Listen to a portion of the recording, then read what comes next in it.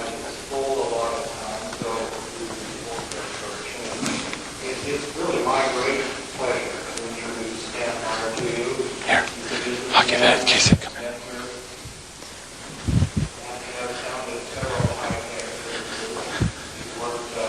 Heart monitors, banking validation systems, oceanography, technology, and parts of the Star Wars program.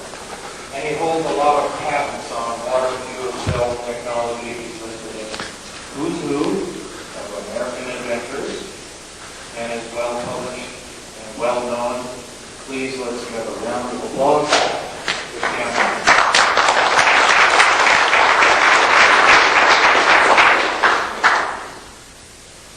Thank you very much, and thank you for coming this morning. If I'm not an early riser, so if I'm not activated, you can kind of kick me a little bit, and we'll go on.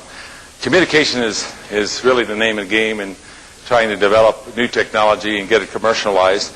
We do release a publication we call The Birth of New Technology, and on the TSRs that you've received, it's a brief overview of the tech base. This is about a 230-page detailed step-by-step explanation on why and how we actually can use water as fuel. We have other publications on the back of the manual. If you desire to have this manual, all you need to do is send us a letter of request, include in it a check drawn on a U.S. bank, and then we will in turn immediately send back the data and literature to you. I have a very short period of time. It's hard for me to condense 4 hours presentation down to less than an hour, so bear with me. I'll hit you very high technology. After the session, you have some questions. Feel free to ask once we get into the presentation of it. Can you turn on slides? Slide projector? In the historical events in inventing and developing, back during the Arab embargo, I did an analysis as to why we had an energy problem. And it alarmed me that a little country over in the Mideast could actually cripple the United States, because the industrial base of the United States and the world is based on what? The supply and utilization of energy. My background is quite diversified, from high-tech research and development, product development engineering, corporate entrepreneuring. I'm an independent businessman, and I had always kept in high-tech development, and basically developed many products on my own.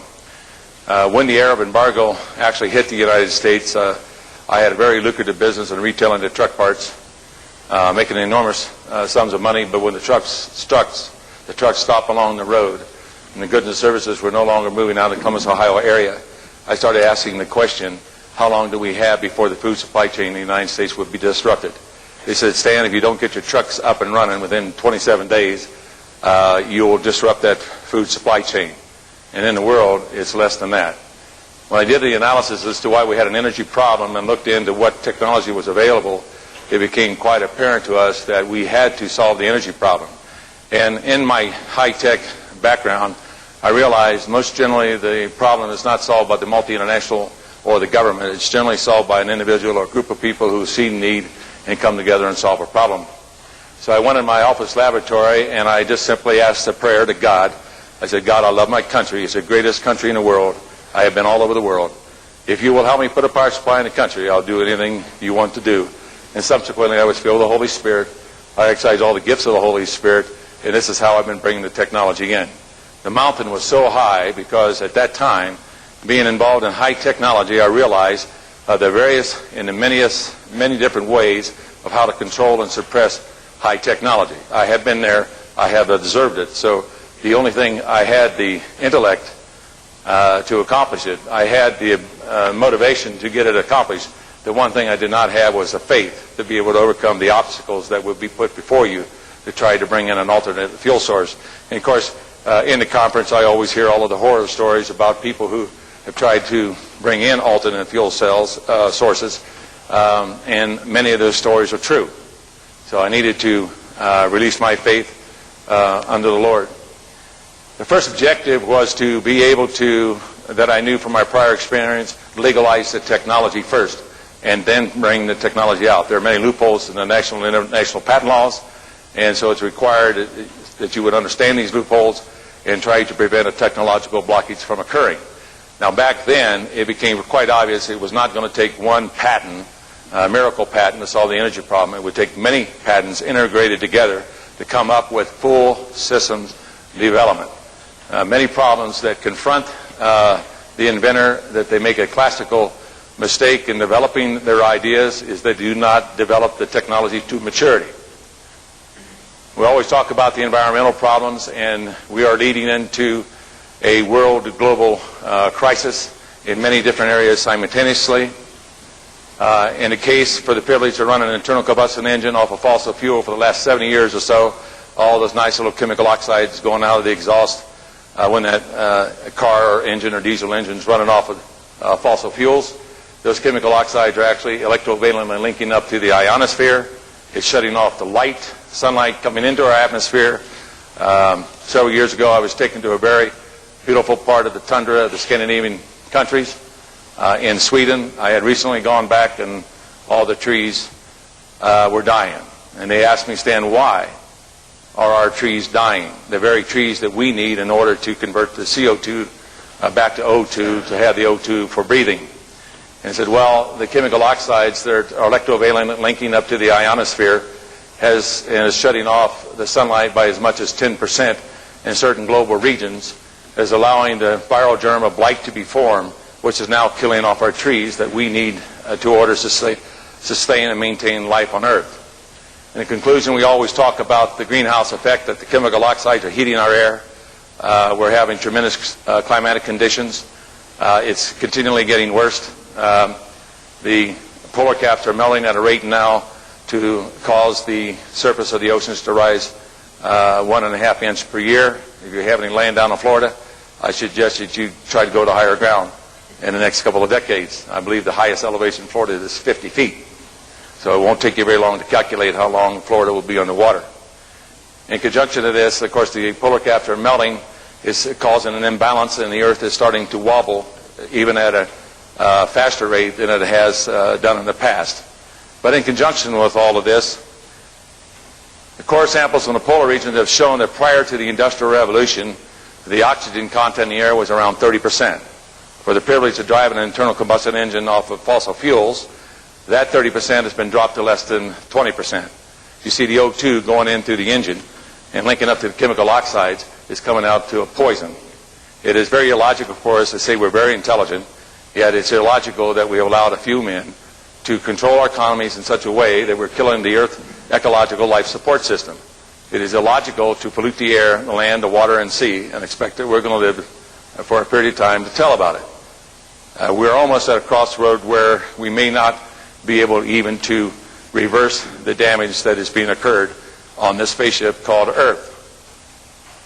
In conjunction to this, in running an internal combustion engine, the O2 content is dropping to less than 20%. Population will go from about 5.6 to around 9 billion in the next 12 to 15 years. And China's opened the doors to Western technology, and it's estimated it'll be roughly about 1.3 to about 1.5 billion cars running around. And when you're driving your car, you're processing hundreds of thousands of millions of cubic feet through that engine, and you're causing the greenhouse effect. Now, we must be able to reverse the ecological damage that's being done to Earth, at the same time be able to maintain the industrial base of the world. Many of you probably are not aware of that during the Gulf Arab War, the UN really got the United States to use a form of nuclear weapons, low energy grade tank projectors that would penetrate the surface of the tank. If you would look at this photograph, you would see the tanks were blown apart like paper mache. If you look at the corpse were carbonized from inside out. Under the Freedom of Information Act, it was absolutely confirmed that we released well over 100 tons of one of the most highly radioactive materials over there. It has also been confirmed that Saddam Hussein kept his promise and used chemical biological agents over there. And of course, the so-called Gulf War syndrome has all of the effects of the radiation and the chemical biological agents. A lot of the oil over there is contaminated. I had very high-level meetings with representatives from the Arab nations that have confirmed this. 5 nations have confirmed that this oil is contaminated. If this contaminated oil would be allowed to come in our country or any country in the world, then the internal combustion engine would become the greatest war weapon that you could have ever imagined. If that contaminated and radioactive oil comes into a country, you can imagine stopping behind a car when at a traffic light in the summertime when the window's down and breathe this contaminated oil. I will assure you, in all probability, you'll develop lung cancer. And an internal combustion engine under this condition, you could probably knock off about 220 million Americans and do it in less than 2 years or so, and knock off about 360 million Europeans.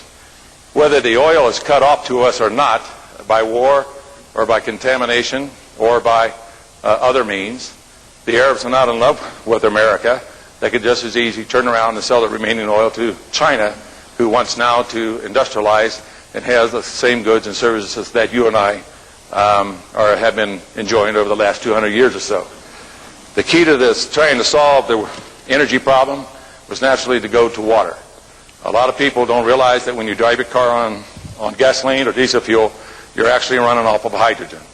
The gasoline roughly has about a half a pound of hydrogen into it by atomic weight. Water, on the other hand, has 2.5 times more hydrogen to it, and under National Bureau of Standards, it's 2.5 times more powerful than that of gasoline. So it became quite imperative that if we could use water as a fuel source, we would not only be able to solve the environmental pollution problems, but we could sustain the industrial base of not only the United States, but the world at large. Therefore, we would not go into a global economic chaos as oil is being dwindled. It has been confirmed that the OPEC oil fields are depressurizing, much like they had depressurized in the United States. But you can't keep pulling all the oil out at the large volume that they have. OPEC had informed the industrial leaders several years ago that they could not increase the demand of oil to supply for the increasing industrial base of the world. Their natural pressure is dropping 3 times faster than occurred in the United States, and you can calculate very quickly that, in fact, if those fields become depressurized at the rate, we probably have roughly about 8 years or 12 years of supply of oil coming out of the Mideast. After that, the dominoes effects will occur. Countries are now and would become destabilized, and in all probability, global war will occur over energy. Believe me, that is a very realistic view of what's confronting us. Knowing this, it became imperative that we must use a fuel source that's very free, abundant, and very readily available. It also turned out that water per pound of natural gas compared to water, it's about 1 pound to 1 pound. 1 pound of gas to 1 pound of water. The blessing to it is that the water provides its own oxygen for combustion, so therefore you eliminate the O2 being extracted out of the air. It became imperative to find a way to how to be able to pull apart the water molecule and do it in a physical manner, not chemical. And so you have to learn how to ask the right scientific questions. And what actually took place, that when the unlike atoms take on a covalent bonding, under the law of physics, that for a reaction there's an equal and opposite reaction.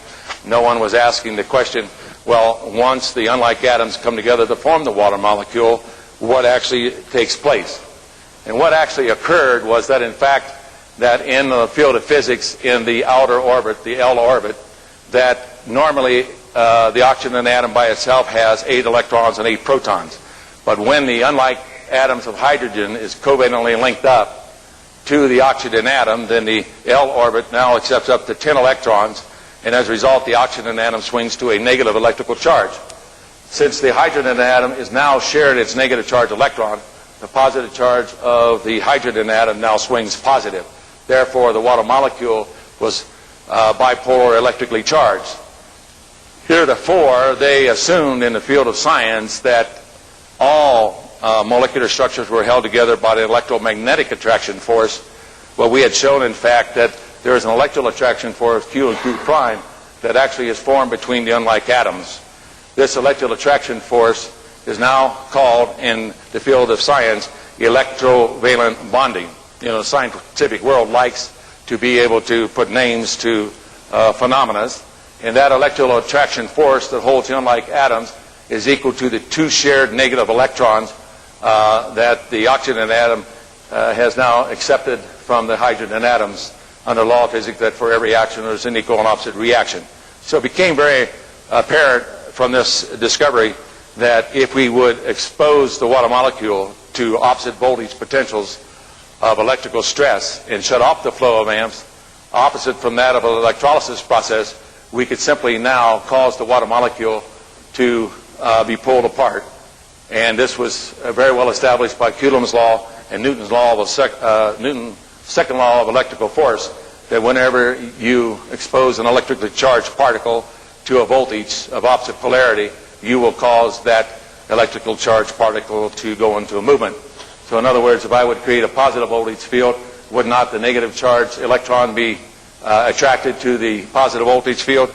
On the law of physics, that opposite charges will what? Attract. And if I set up a negative voltage charge on the opposite side, would I not now have a repelling action that like charges will repel?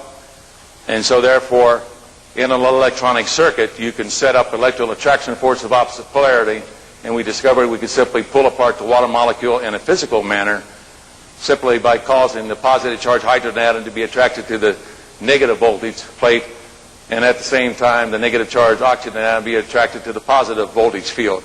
Three things occur simultaneously at pulling apart the water molecule in a physical manner. Number one, you have the elongation of the water molecule. As the water molecule is elongated, then you have what is called changing the time share rate of the electrons, which causes a switch off of the electrons by the native intelligence of the hydrogen atom. Says that I want to maintain as an atom. And then you have what is called covalent switch off. Well, Murphy's Law come into existence. Can you check to see if I can move the slide? Anybody know about Murphy's Law? Whatever go wrong will go wrong. So when Murphy shows up, then it becomes a blessing. Now, in this particular case, we are transferring the electrical stress from the molecular structure of water and applying electrical stress across the combustible gas atoms of the water molecule. And what actually happens is that since the nuclei is positive electrical charge, it would migrate now to the negative voltage field, and the negative charged electron is now being migrated to the positive voltage field, and therefore we are now starting to elongate the atoms of the water molecule. We're putting electrical stress on the combustible gas atoms. Therefore, we are slowing down the spin velocity of the electron, and under the electromagnetic theory of magnetism says that whenever an electrically charged particle passes through an electric static field, its byproduct is electromagnetic energy. So the strength of the electromagnetic field of the atom is directly related to the spin velocity of the electron. So when I put an opposite electrical charge and create this opposite electrical stress onto the atom, then I slow down the spin velocity, therefore the electromagnetic field strength of the atom becomes weakened. Now there are four forces that affects an atom. There is electrical force, electromagnetic force, weak and strong nuclear force, and gravity. What force affects all the others? Electrical force. So it became obvious that the electrical polarization process, the Lord had me develop the VIC circuit using the dielectric value of water as part of the electronic component of the circuit. I put two resonant coils on either side of the capacitor, which is formed by two voltage zones and the dielectric liquid of water, and therefore became a tuned pulsing circuit. And when you adjust it into the dielectric value of water, you are now allowing the voltage across the two voltage zones to cause the electrical polarization to separate the water molecule in a strictly physical manner. You do not consume voltage in an electronic circuit. You're restricting the current flow. Therefore, you now have a very economic way of releasing the hydrogen and oxygen from water economically. And this is another illustration of the circuit. We are paralleling, and we're now bifilar wiring the resonant coils to give it an enhancement of amp restriction to allow the voltage to perform the work. We went through the system engineering. We found out that as you raise the voltage higher, then there were more gas was being generated, not on a linear effect as to the electrolysis process. We found out that the electrical polarization process occurs in all forms of natural water, even the most purest form of distilled water. Now, the technology of using water as fuel was actually invented and developed through the eyes of a businessman. Under the law of economics, the guy who comes with the cheapest way is going to win out. You know, there's a lot of Cadillac ideas that come in existence, but they don't comply to the law of economics, so they really never really get out the door. And it was also developed under the KISS method. Anybody know what the KISS method is? Keep it simple, stupid. Don't make it complicated.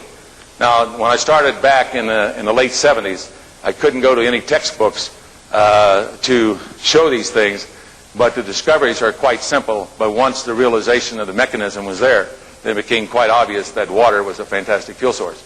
Here's where we're increasing the voltage to higher to start to cause the water molecules to go into an ionization state, much like that of fluorescent tubes. Now we got into a very interesting part, is that when you tune into the dielectric value of water, you go into atomic resonance, which I will talk about, which now propagated release of energy to cause in a magnitude of increase of hydrogen gas production, way over the prior state of the art of the electrolysis process.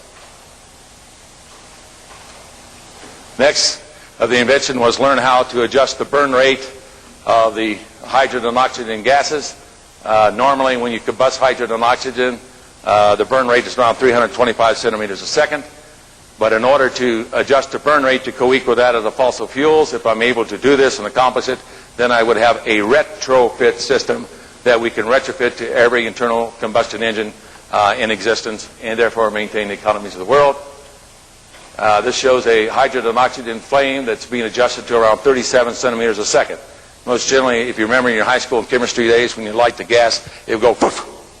It's burning at 325 centimeters a second. Yet you're igniting the gas, and the flame is being sustained and maintained from ordinary natural water at a temperature well over 5,000 degrees plus. In order to do this, there's a characteristic of water that water is also like a sponge that will absorb ambient air. And the natural waters around the world will have anywhere from 9 to 11% of ambient air. The bulk of ambient air composed of non-combustible gases like nitrogen and argon and the other gases. And as a result, when you pull apart the water molecule from water, you're also releasing the ambient air with non-combustible gases. And so it's a multi-gas generator, and it automatically adjusts the burn rate down to around 47 centimeters a second. So we're now using the water as a gas mixing regulator. Now, if I'm using the water as a gas mixing regulator, does it cost me anything? Now, so far, under the law of economics, if I'm using ordinary rainwater, I don't process the water in any way. I don't add any chemicals into the water. Is it costing me anything? The political system has been trying to find ways of how to tax rainwater. And, of course, I'm not interested to get in that discussion with them. Second, the voltage zones are composed of stainless steel materials, which is chemically entered to the process. So under lab actual certification testing, the longevity is like 0.0001 per year. So if any of you people live for about 10,000 years, come back and tell me. But normally you would not have to replace the voltage zones, so I'm still complying with the law of economics, right? If I'm restricting current flow down to minimum and raising voltage higher, well then, is it cost me very much of electrical power in order to split the water molecule? Now this does not create energy. The only thing we're doing is developing the abilities to release the energy from water. Now we found the ability to adjust the hydrogen burn rate to any burning level from fossil fuels on down to burning leaves and paper. We developed now the ability for anti-spark back by using the mixture of the gas with non-combustible gases that somewhere along the line in that tube, which we call a quenching circuit, the non-combustible gas separates the hydrogen and oxygen gases, and as a result, if you terminate the gas generation, there's no spark ignition going back into the resonant cavity. And you have that spark arrestor irregardless of gas pressure or volume. This gives you an example of the burn rate. To understand it, if I put a hydrogen and ambient air into it and ignited one end, the rate of burn is roughly around 325 centimeters a second. If I put natural gas and ambient air in it, ignite the gas, it burns around 47 centimeters a second. So it became very obvious that if I now would mix the hydrogen and oxygen gas with non-combustible gases that do not support the burning process, then I can adjust the burn rate of the hydrogen gas to go equal that of the fossil fuels. That was the number one major invention that allowed us now to go ahead and retrofit to any internal combustion engine or any device that's absolutely been running on fossil fuel. we now have a very economical way of doing this with using ordinary water. Now, the byproduct of burning water, anybody know? Is water. And as a result of that, automatically, in doing this, we're solving the environmental pollution problem. If you're running a car on water, as an example, you're no longer putting the chemical oxides in the air from the byproduct of burning the fossil fuels. That water mist being expelled out of the system is environmentally safe. We had to be able to adjust the burn rate lower than the 5,000 degrees that shows on the videotape. You have to get a little practical about this, because if you put that type of flame on the stove and your wife decides, I want to do some cooking, but you burn holes in her pots and pans, I'm afraid the cell job will be a little bit harder. So you have to be practical about it. So that learned us the abilities to adjust the burn rate. Now that gave us the abilities to develop the technology of running an internal combustion engine off of water. As an engineer, you look at the engine in three ways. Number one, it's a mechanical drive device. Got us here today? Secondly, is it not an air pump? It pumps the air through the engine and out the exhaust. Thirdly, is it not a manufacturer of non-combustible gases? And the answer is yes, because when the ambient air goes through the engine at the low temperature of combustion, it's not going in to the plasma state. And so the non-combustible gases of air has very little effect to the combustion process. It does not alter it in any way. Yet we take the non-combustible gases from air, the electronically metered, mix it back into the fuel gases from the water, and therefore you can adjust the burn rate to go equal to fossil fuels. Now, in the law of economics, how much does it cost me for air? Anybody can tell me? It's still free, right? So I still got rain water that's free. I still have ambient air that's free. Here was another $1 billion patent that was developed. The prior art said the only way you can transport hydrogen was cool it down to 465 degrees below zero, put it under pressure, and truck it down the road expending diesel fuel. And all we need to do is take ambient air, mix it, expose it to a flame to create the non-combustible gases, mix it with the hydrogen, and we can adjust the hydrogen burn rate equal to or less than that of natural gas and transport it to any gas grid system anywhere in the economy without even changing a valve. Okay, we've gone through all of these wonderful things of how to split the water molecule, but the problem was, what good would it be to develop a system for home heating or develop a system to run an internal combustion engine if you can't keep the industrial doors open? Now, during the Arab embargo, I was called in with a meeting with the Columbia Gas System that informed us, the industrial leaders, that our natural gas was being cut off 100%. I saw some of the richest and most powerful industrial leaders in the state of Ohio popping pills, and I thought they were going to have a heart attack. Because basically what they told us was, without energy, we cannot produce a product. If we cannot produce a product, can we make profit? If you can't make profit, you don't pay your bills. And the bigger you are, the quicker you fall. And they tried to rally with all of their money and all of their efforts and intellect in the industry to try to come up with an answer to the energy problem. But I learned a long time ago in high-tech development, I don't care how many billions of dollars in research you have, you can't pay for creativity. Creativity comes from God, if it's a benefit for mankind. And I just simply asked a prayer to God, if you show me a way, I love my country, it's the greatest country in the world, I'll do anything you want me to do. So I embarked on developing the technology. But during the Arab embargo, we had roughly about 2.5 days of fuel for global defense. Today it's down to a day and a quarter. When it gets down to roughly a day's supply, the Joint Chiefs of Staff will have to make a decision. No more global defense. There are people called war brokers. There are men and women who are highly trained to bring countries into war. Which is the largest and most profitable business in the world? Making and designing war equipment, go out and pay $1 billion for a tank, blow it up, go back next week and get another one, right? So there are people who decide to try to propagate their business and increase their profit ratios by this method. But the key was that I learned as a young man, you must negotiate from a point of great strength. We needed to protect the military and integrity of the United States. I was informed by the military of their problem. Even the Admiral of the Navy, in talking to them, told me that during the Arab embargo that almost 60% of the entire nuclear fleet became inoperable. You see these nuclear modules in the subs, when you work them 7 days a week for a period of 6 months, they become radioactive and they become hot. So you have to pull out these modules and put new ones in. Now, of course, the diesel-fired submarines were no more operable because we had no fuel. The Arab embargo happened to be the greatest thing that ever happened in America because it woke up to that we had a great problem, that our entire military integrity and the economic base of the United States was in jeopardy. And Japan, of course, makes in their economy to convert raw materials into finished products, and they have to import oil, and so they experience one of the same things. So now we go down to the atomic destabilization of the water molecule. Einstein basically said if you knew how to get in to water, a gallon of water, if you could tap into this energy source, you could take a train and around a 1,000-car train around the Earth many, many times.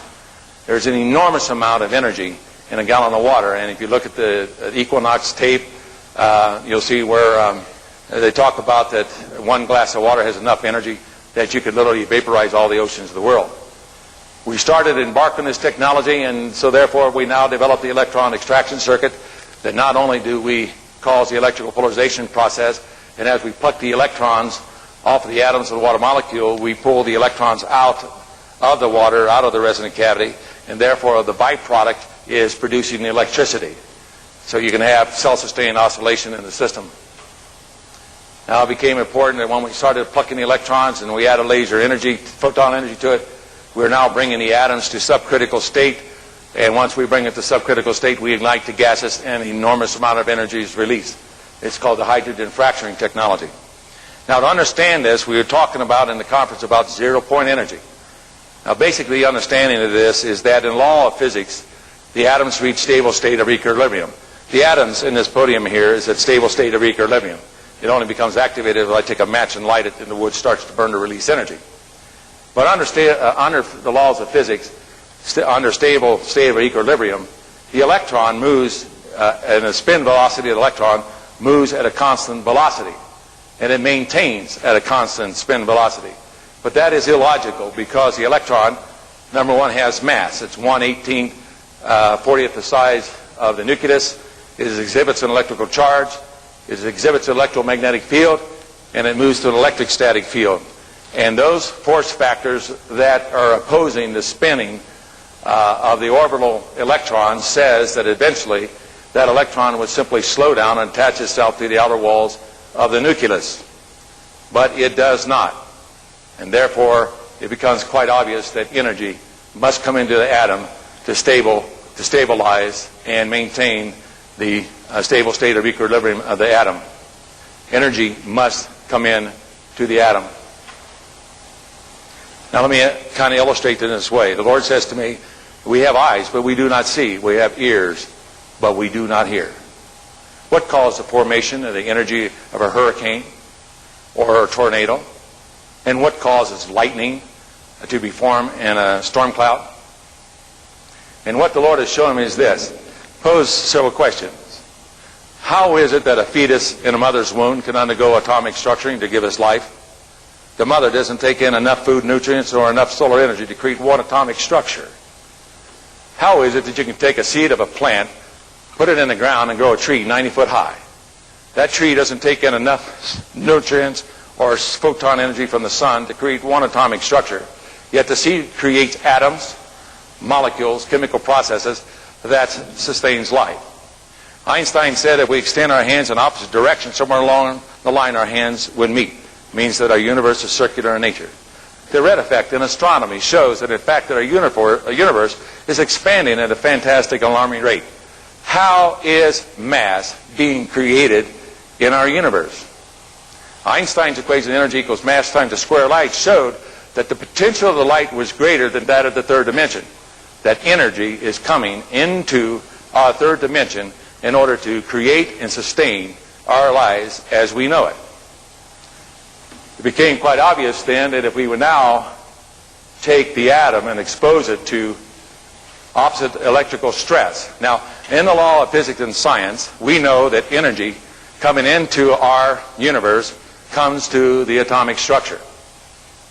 Now, we know if we hit the atom physically, you're going to release heat energy, right? Like a hammer hitting a nail. We know that Thomas Edison came along and oscillated the atom by way of current flow, and that was the invention of the light bulb. Gould came along and caused the atom to absorb photon energy and re-radiate it, and that was the invention of the laser device. The precursor to that was the maser, where we had learned that we can cause the atom to absorb electromagnetic energy and re-radiate it, and that was the development of telecommunications. You know, when you're at a soccer game or a football game, and all 80,000 plus people are screaming and hollering that the guy made a goal, and you hear this trumpet, and the guy goes like that in a trumpet, but it's amplified, and you can hear that noise of the trumpet clear across that soccer field when the screaming 80,000 fans screaming and very happy that this guy had made a goal. A trumpet in a sound box is actually an amplifier demonstrating that this energy can be tapped into, and we see it, and it's around us every day. Now, for an example, in a hurricane, when the temperature varies and the heat starts to rise, it starts to vortex. As it starts to vortex, it now draws in the water moisture into the vortexing air. The air, as it's now swirling, is causing electrical charges, both positive and negative, across the outer side of the vortexing air, and those electrical charges cause the water molecule to flex, and that's what fuels the hurricane and a tornado. The reason why you have lightning form at a rain front is because when the hot air and the cold air meets together and it starts to rise, the clouds start to vortexing, they take on opposite electrical charges. It draws the water moisture in between the clouds and flexes the water molecule under particle oscillation as an energy generator by way of electrical stress, and voila, you have lightning. It's all around us. Where is the energy coming to create the lighting that fuels the hurricane?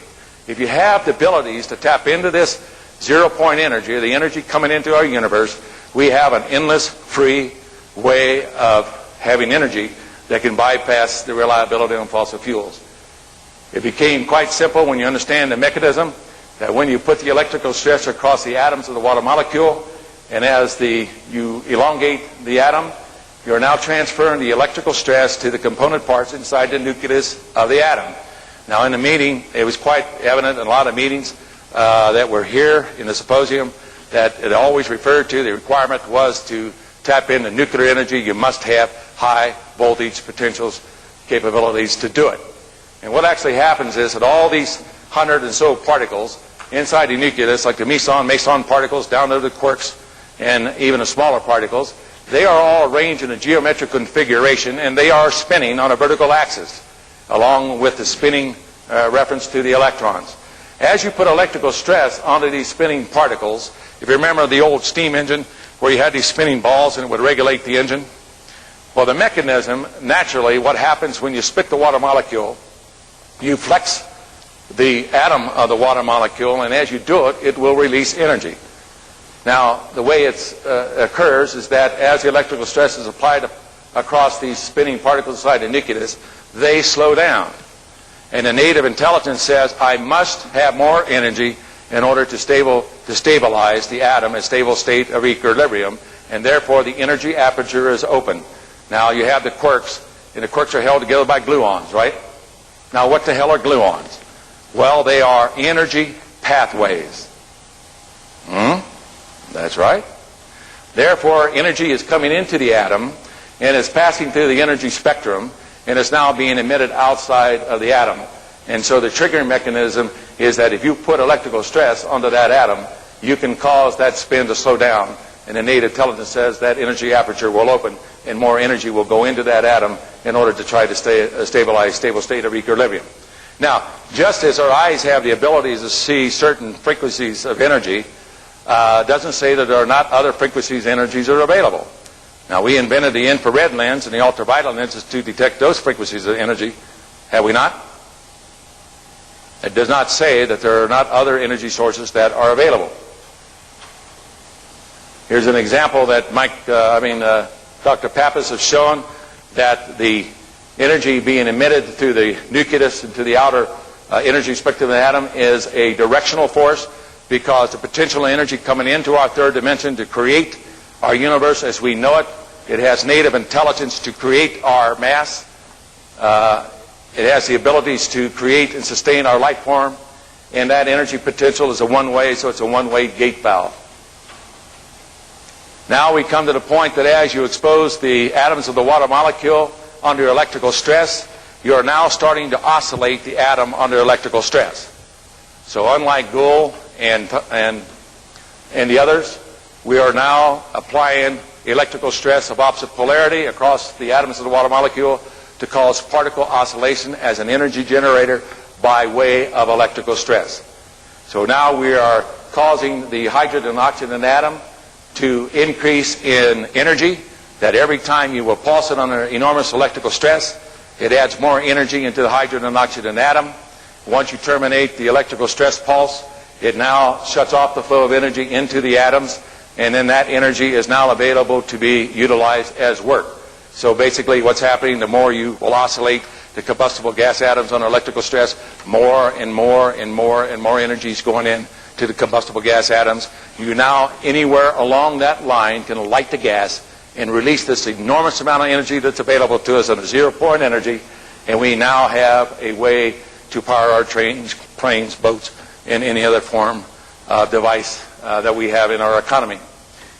We now take it, this is an example that not only we're energy priming it, we can now pluck the electrons to destabilize the mass, open up the energy aperture even further, and now release even more energy. Now, a classic example of this on a thermonuclear device, there's not enough energy in an atom to blow up anything. And you can prove this out very simple by taking an electron and pass it through a resistor, and you'll get X amount of heat. Proton is 1,840 times greater than that of electron, so if I would pass it through the resistor in the opposite polarity attraction force, you'll find out you get 1,840 times more heat out of it. Where is there enough energy in an atom to blow and destroy New York City? What actually happens in uranium's 235 and 238s, you have the clustering of the protons, which allows the clustering now of the energy apertures. And then when you blow the atom apart by a neutron bombardment, it actually destroys and rips open this energy aperture in a very violent way. And this is the energy that it really is releasing into our environment under that hostile environment that will blow up the city. What we're actually doing is taking a very natural phenomena that occurs in thermal gas ignition, and we're simply enhancing its control and releasing it to the energy level that we so desire. Now we get to the hydrogen fracturing point of the technology. This is where we take the atoms of the water molecule, we take it in subcritical state, we pluck off their electrons, we add photon energy in it to take it to a very high stable state, and we are now duplicating the muon process that had been very successfully demonstrated in universities in this country, where they would take a muon and trick the hydrogen atom, accept the muon, eject its natural electron. The muon would decay in a millionth of a second. There was a readjustment within the nucleus of the atom, and says, oh, I don't have an electron anymore, I must release energy. And so when it tries to stabilize, it flexes and releases this enormous amount of energy coming through our atom structure. Here's where we're taking and causing at least 4 to 5 electrons to come out of the oxygen atom. Normally when an atom has at least 50% of its electrons missing, it acts like a little baby and it blows apart. In this particular case, what we're doing is exposing the hydrogen atom to photon energy. It absorbs it, it causes their electrons to migrate farther away from the nucleus. Its electric attraction force becomes weakened, whereas the oxygen atom is 8 times bigger. And so when you take it on the gas ignition, you have, and as the unlike atoms try to come together to form the water molecule, it has an avalanche effect, mass density occurs, an enormous amount of energy is being released. The projected and energy yield release is anywhere and beyond, up to and beyond 2.5 million barrels of oil per gallon of water. Now we don't need to get to that size because we don't want to destroy the hydrogen and the oxygen process. Okay, we've done all this wonderful research in using water as fuel, but if you can't system engineer it, it doesn't mean anything, right? So you're finding out a lot of talks in the symposium. This has been confirmed now in many, many governmental and university laboratories around the world. This is where we're now taking the water molecule, meter mixing it, and exposing it between 2 high voltage zones of opposite polarity, shut off the current of flow around 40 kilovolts or higher, and we now instantly convert water into thermal explosive energy. Now, this device does not create energy. The only thing we're doing is utilizing the energy that's already there in the atom. It's a triggering process. It's like a thermonuclear process, but this one here is under a control state. As a result of that, we developed what we call the water fuel injector that simply replaces the spark plug or the injector port in your diesel engine or your spark plug in your gasoline engine, or we replace the nozzle injector in a jet engine and literally fly it off of water. Now, in the environmental issue, they always talk about that the fluid inside the air conditioner is causing the destruction of the ozone. That's not what's causing it. When a jet engine is flying in the stratosphere, you'll find out the O3 goes to the engine. It breaks down to O2 and covalently links up to the aviation fuel. It creates the chemical oxides going out that's reducing the sunlight, and we're destroying our ozone. And I will tell you, if we allow this to continue on, you're going to create enormous holes in the ozone, and it's very well possible that our atmosphere will leak into outer space, because the ozone is the only thing that's really covalently or electrovalently linking up to keep our atmosphere in. If it does occur, I will tell you that it's possible that we can become another Mars, totally absence of any form of atmosphere. Here's where we're now taking the resonant cavity.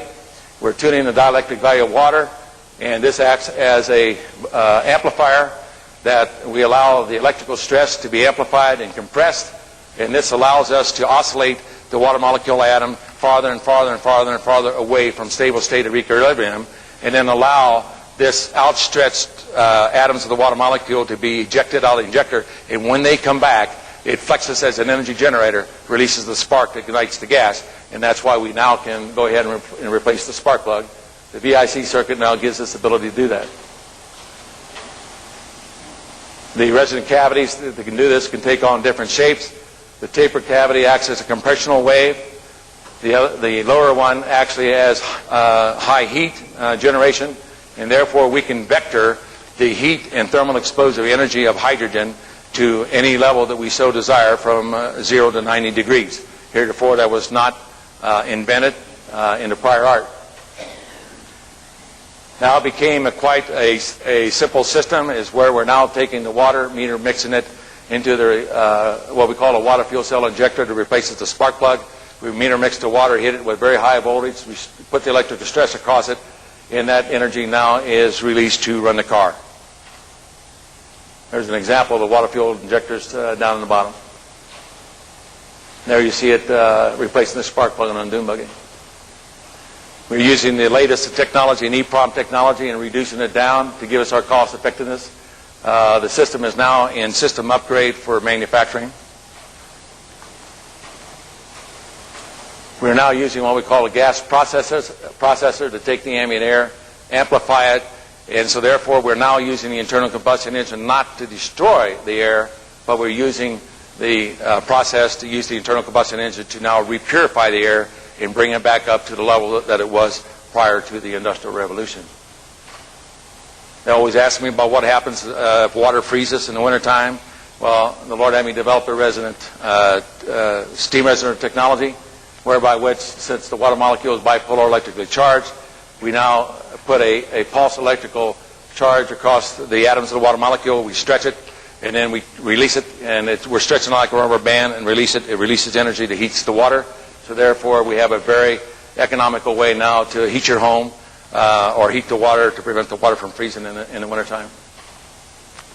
This technology has allowed us now to use water to generate electrical power. Now, we had to design the system and full system development in order to get it in compliance. The technology is legalized under the U.S. National Security Energy Act of 1992, which says any alternate fuel source retrofitted to an internal combustion engine must be oxygenated. We use the oxygen from the water. We're the only technology in the world that has that capabilities now. We got the UN to announce very recently to the world, stop running all internal combustion engine off of fossil fuels and do it absolutely immediately, because the acceleration of the greenhouse effect that's now taking place. Now, all of these nice, beautiful chemical oxides that's been put in the air by the burning of fossil fuels, we now, as we're running the engine on water, and the byproduct is water mist, those chemical oxides going through the engine can go through what we call an air reclaimer, and since those gas molecular structures are held together by an electrical attraction force, we now can simply pull them apart and take it right back to the natural state and release and to reverse the process that's been ongoing. Now, the water can be slightly de-energized. Fortunately for us, if you allow, if there is a slight de-energizing the water molecule, the question was under EPA, are we swapping one environmental catastrophe for another? Are we going to have a lot of flat water around? The answer is no, because once you allow the water mist to be exposed to the sun, it will absorb photon energy and bring it up to its original energy level. So basically, the technology is a solar device. Now, since we're only using photon energy from the sun, are we taking anything out of the environment? No. All we're doing is taking the solar energy that's coming in from the sun and maintain the power, the industrial base of the world.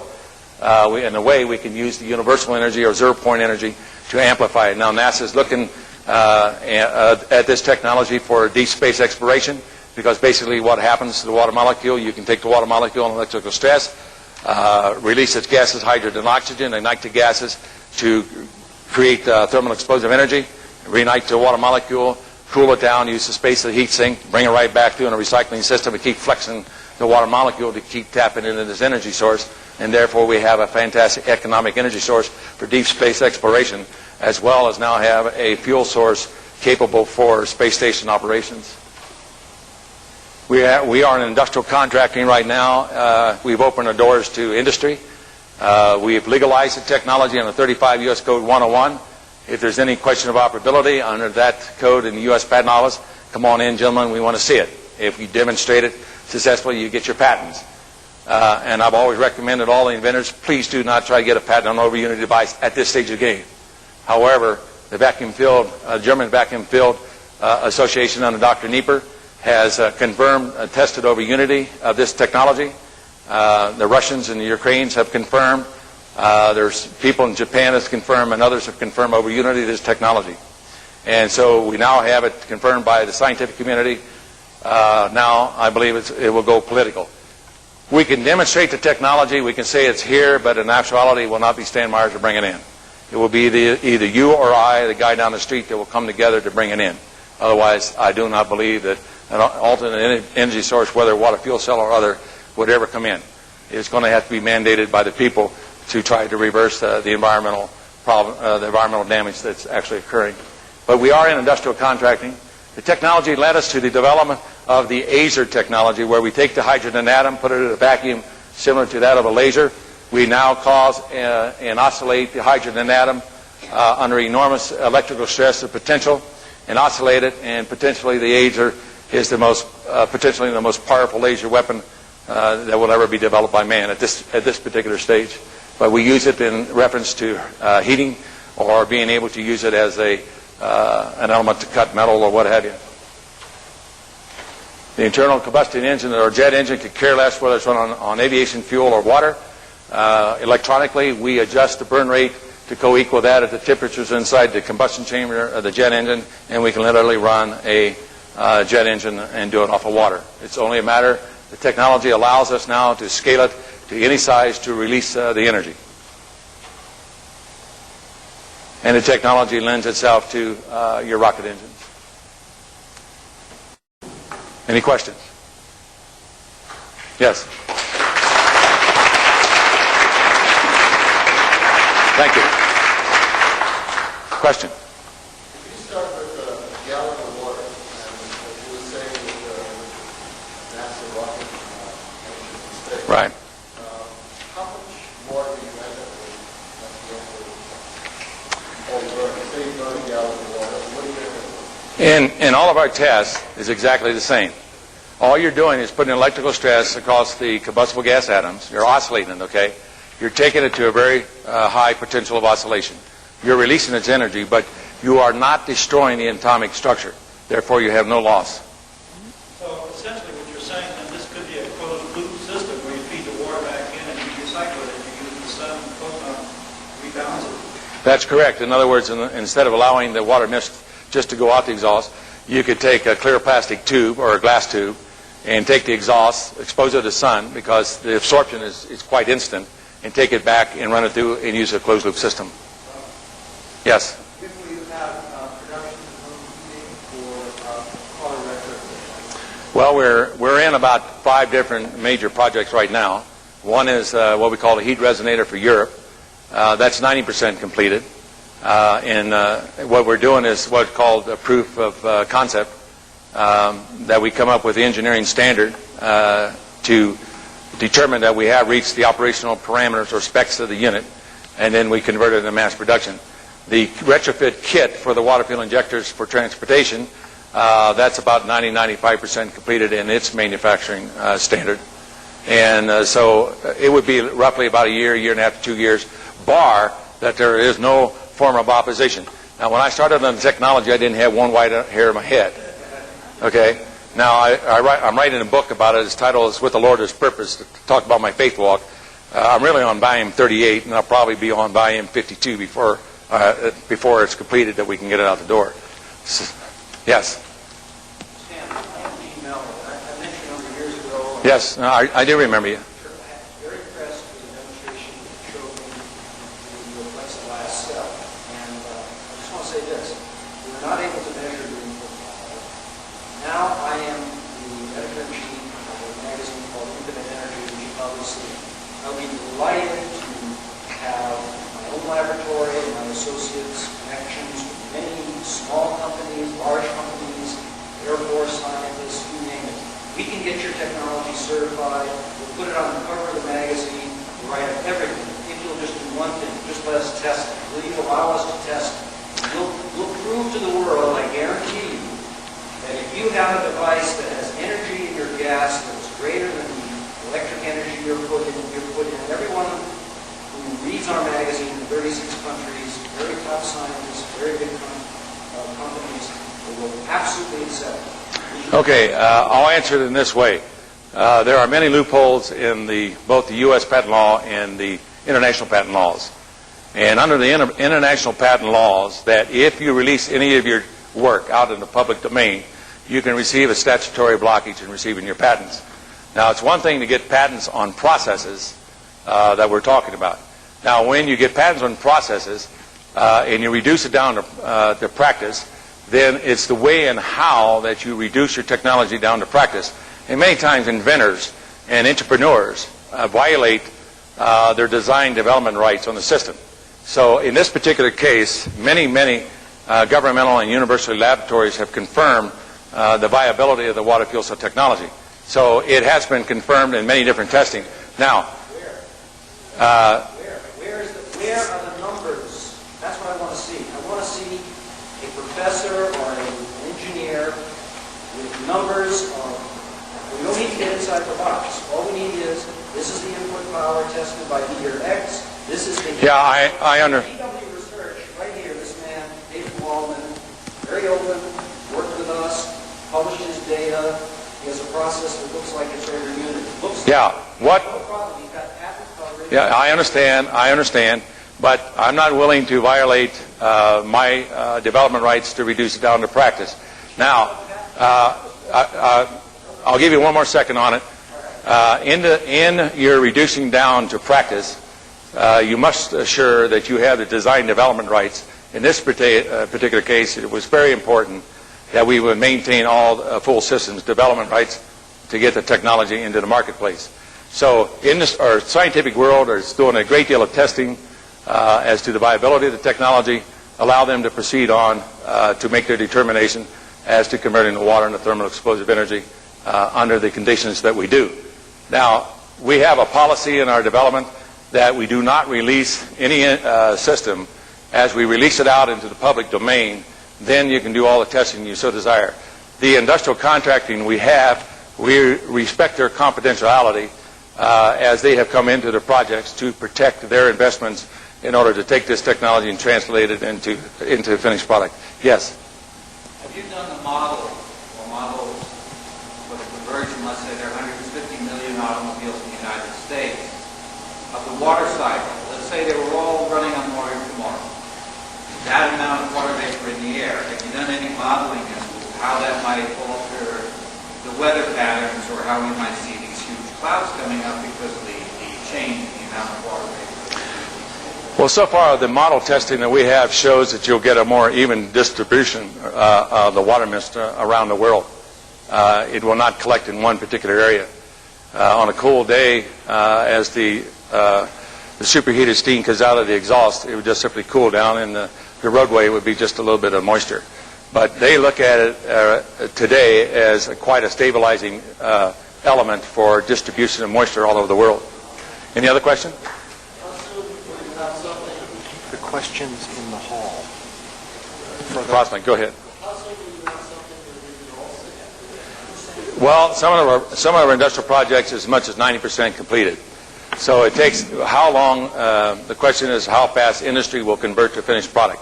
Right now, industry, with their funding, they're moving extremely fast. They're moving faster than I even anticipated. So we're looking that we should have some units out the doors on the principle within the year, within a year and a half, possibly 2 years, if all goes well and no one interferes.